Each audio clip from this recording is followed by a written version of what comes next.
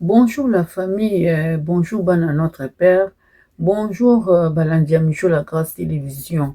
En tout cas, hier j'avais fait une émission concernant les concerts de Maman Biliabel, sa façon de prester au niveau de la grande salle qui se trouve en Belgique, à Bruxelles, son concert qu'elle a livré dans la salle Madeleine. Voilà. Il y a encore des retombées. Là, en regardant sur YouTube, j'ai vu Boketu Premier a encore frappé fort. Lui aussi, il en a parlé. Il a fait une émission par rapport à Maman Biliabel, par rapport à son accoutrement, comment elle s'était habillée, ndeni alataki, ndeni abinaki, bandeko. Likambo oyo ezokamwisa vraiment peuple makasi.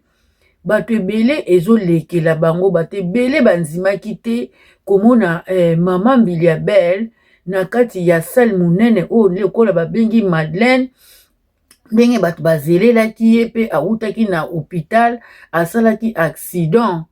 En tout cas tolobaki ndenge awuti na pasi ndenge wana toyebi ke akoya kobeta bayamba ye na ndemo ya kitoko mpo azali vraiment Cléopâtre na biso, ye nde motu totikali na ye comme chanteuse ya mikolo oyo akoki kosala honneur ya mboka na biso, mais malheureusement ayaki kodecevoir à décevoir biso. Bilamba oui alataki kitoko, mais quand même fonte ya elamba na ye ezalaki vraiment approprié te niveau âge na ye.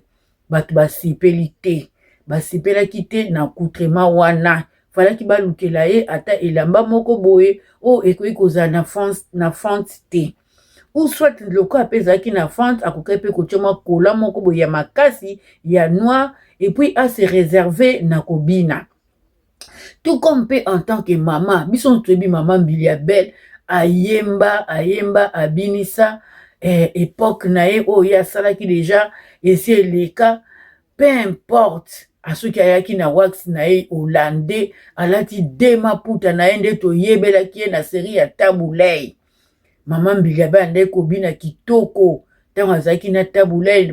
Soki botali émission oyo nasalaki précédemment bokomona natiaki bavideo na Tabulei, andeki kobina kitoko, andeki kolata kitoko.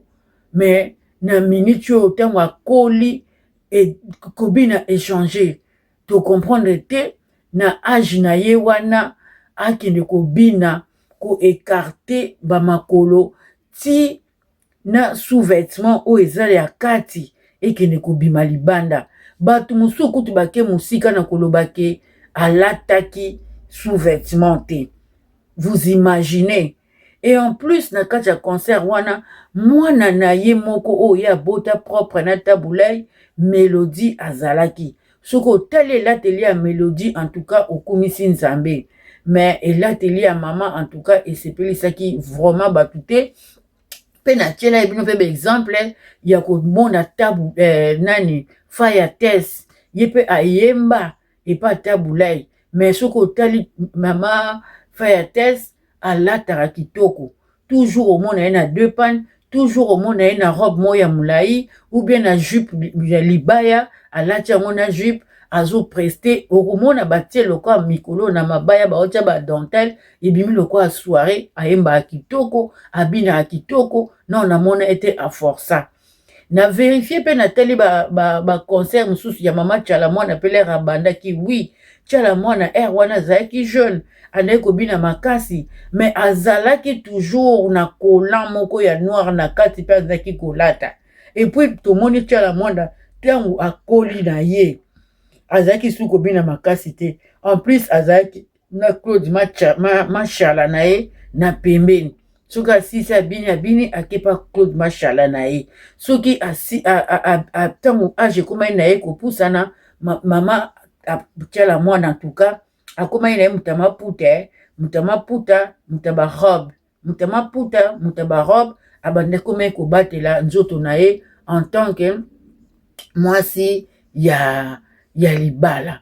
Alors makambo oyo ebineli wana oyo bato basatandaki nango te en tout cas ndenge choqué non ye kaka kotiela bino bapropos oyo ndeko na biso Boketu premier alobi po ye pe asalaki émission natiela bino eza nango kaka soki 6 minutes so pe 7 minutes boyoka nanu Boketu bwaya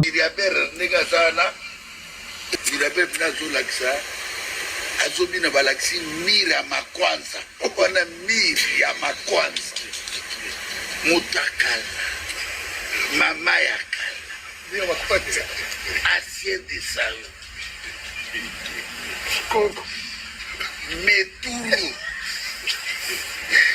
mesisa baiweza kuluka bana bazaki wala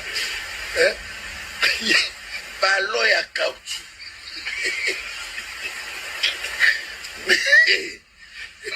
milinga chopani bo mabulu manzengele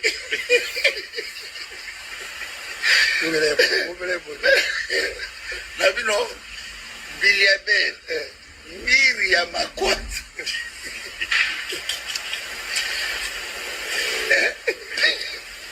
café au lait ndeko na ngai est-ce que maman biliaber comment tu respecter bien bien maman biliaber aza maman c'est ma grande sœur c'est ta grande sœur comment grande sœur mutakala bolungu mais congolais alinga nde bolungu et puis ne pas zoomer mais nabe balia yango ndo kotis mutu ne sabisi téléphone ya KDP rognon KDP pas zoomer ni pandi filmé ba obenda wala téléphone et ya liboso au peuple ni nzaba na moni madidi abadakata makamuni baba matu baza kontra era mnoma kabati mama akokola te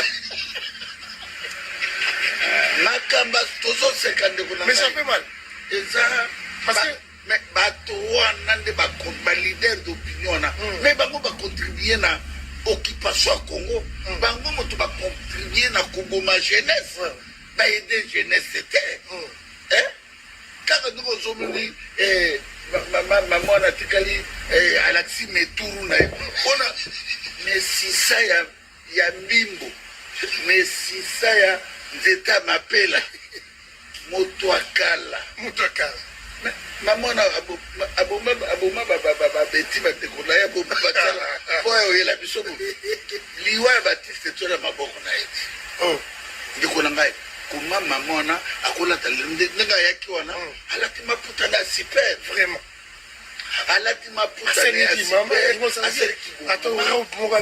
ana banostalgie kade tulobaki awa asali eloko na ye esili ese mama mbilebele ana ta ya koprouve bato ifate mipe nango mpe ebongaka 16 a 17 a ba 7 a 5 a mira makwanza molili apoi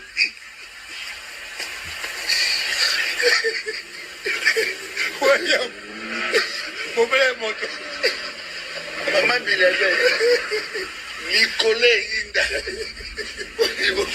ese mama mbilebele ese nayebi te po biloko longa na kota te naokika na sango otai te te nakotata bamoni te bonga eloko nga na kotala eloko nini okotala kuna eloko otele ete ekope soki te eloko moko te malédiction na malédiction amodire batombe te kindoki ya sala madeleine de toute façon heureusement je m'excuse avant heureusement avant la sala natala na sambela osambelaki na bato tu basambeli ti tete yazu yango non congolais aza nyama tala ndenge bazume mbango ndeko na ngai congolais comprend rien bilo mosusu bakolekisana bango eleki nango batelefone baweleli era bandeko bazalaki ya mibale ezala po bazalaki ya basi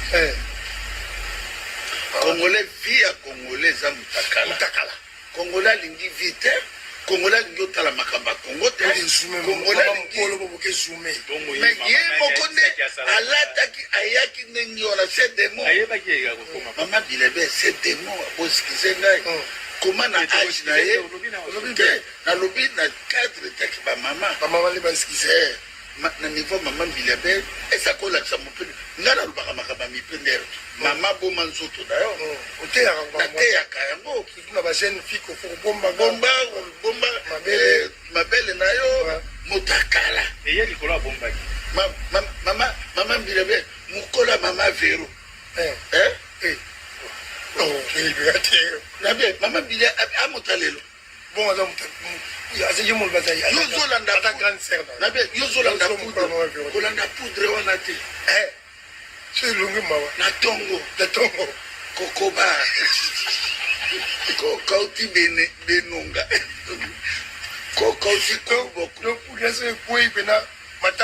ezali mawa ndeko na ngai ezali conseil conséquence ya makambo bolingaki yango wana c'est la même chose na bafou pasteur bato tu bazalaki na baloka ndeko na ngai bano tu bazalaki wana bakoma date ya lelo ngala nzambe te toza koexamine histoire ya Congo oyo tozosala eza histoire ya Congo oyo bato bakongolais 600 millions d'habitants bato boni batikali baesclave congolais ebele majorité bakongolais bana Belgique na France na Londres tangela bango makambo ezoleka na Congo bayebi te majorité ya bakongolais banakata babafou bakongolais babata maboma le peuple le plus dangereux au monde yo nibaki congolais bakoboma histoire na bango indépendance congolais wangana Lumumba Kasavu congolais wangana Maréchal Mobutu congolais abona ye mabele na ye otozolaki mabele mabele ezali béni mais peuple se voir biso ube bango bakalisi biso to baperdant biso to baperdant te bango nde moto baza baperdant peuple congolais boa perdant lelo bapays onoka barwanda bauganda bapays to ekangami wana famille Tshisekedi bananga bandekusu bakala mais bazoseka bacongolais. Voilà la famille, hein, voilà. Ezalaki kaka extrait, hein. J'aurais voulu un peu pour que les gens puissent suivre un peu les propos de Boketu premier. Voilà Boketu Wayambo. Certaines personnes disent que non, c'est la robe, il était bien habillé. On ne refuse pas, il était bien habillé. Mais la façon dont elle s'est habillée, la robe qu'elle a choisie, la fente, ce n'est plus de son âge. Elle aurait dû quand même diminuer un peu cette ouverture. Elle aurait dû diminuer. Et la danse, ce n'est plus de son âge. Ce n'est plus de son âge, vu que dans son orchestre, il n'y a que des jeunes. Elle ne pouvait pas danser de la sorte. Et vous avez entendu Boketu qui dit qu'il y avait, lorsqu'elle a écarté ses jambes, tout le monde s'est précipité pour aller prendre des photos. Tout le monde a filmé, raison pour laquelle vous avez vu toutes ces photos, c'est sur Internet. Est-ce qu'elle a fait ça exprès? Est-ce qu'elle avait bu avant de venir? Point d'interrogation. Alors, il y avait tous les enfants tabous là-bas, il y avait Mélodie, et on ne sait pas si Mélodie était venue seule ou accompagnée de son mari, ou aussi elle était venue avec ses enfants. Même si ses enfants n'étaient pas là, mais sur le vidéo, les enfants vont regarder, elles vont voir. Alors, c'est vraiment désolant. Vous savez, dans la vie, si vous voulez qu'on vous respecte, il faut commencer d'abord à vous respecter vous-même. Commencez d'abord à vous respecter vous-même. Si vous ne vous respectez pas, les gens aussi ne vont pas vous respecter. Surtout les Congolais. Vous avez vu combien de gens qui ont fait des lives sur cette danse-là, sur cette robe-là. Hier, je vous ai mis des vidéos, vous allez regarder sur mon émission précédente. Maman Bilebe, elle ne s'habillait pas comme ça hein, quand elle était avec Taboulay. Elle s'habillait bien, en panne. Si c'était des robes, tu vas voir, des robes, des fentes des côtés, mais pas des longues fentes comme ça. Elle dansait, elle sait danser à sa manière, mais ce n'était pas de cette façon-là quand elle était avec Taboulaye. C'est pourquoi je vous dis, c'est vraiment important qu'une femme ait un homme à ses côtés. C'est important. Je ne dis pas que c'est toutes les femmes, quand ils sont célibataires, elles se comportent de la sorte. Non, c'est pas toutes. Mais il y a de celles-là qui ne supportent pas vivre sans homme à leur côté. Quand il n'y a pas un homme à leur côté, elles font des bêtises. Mais s'il y a un homme, elles essayent un peu de coordonner leurs gestes, elles essaient un peu de bien se comporter. Je vous ai donné aussi hier beaucoup d'exemples. Regardez l'exemple de maman Laure Mbongo. Depuis qu'elle a commencé sa carrière musicale, bien qu'elle fait la musique religieuse, jamais on a entendu de dépravation de mœurs à ses côtés. Rien du tout. Parce qu'il y a toujours un homme qui l'encadre. Qui d'autre encore je pourrais citer? Il y en a plein, il y en a plein, il y en a plein. C'est pourquoi vous avez vu que lorsque Rebo Chulo s'est séparé des Inops, tout le monde en parle. Les vraies mamans demandent à ce que Rebo et Inops puissent s'entendre. Sinon, on ne sait pas. On ne sait pas, je ne peux pas dire, mais on ne sait pas ce qui pourrait peut-être arriver à notre sœur Rebo Chulo. Voilà. En tout cas, cette histoire de Maman Biliabel, c'est triste. Hein. Ça fait triste. On dit que les Congolais, on a publié la nudité d'une personne. Mais là, maintenant, Maman Biliabel, elle s'est publiée elle-même. C'est comme si elle attendait cet événement-là pour se faire publier elle-même. En tout cas, je vous aime bien. Je vous laisse aimer la vidéo, liker, partager. Abonnez-vous massivement. Quant à moi, je vous dis bye bye. On se retrouve à la prochaine émission. Bisous, ciao.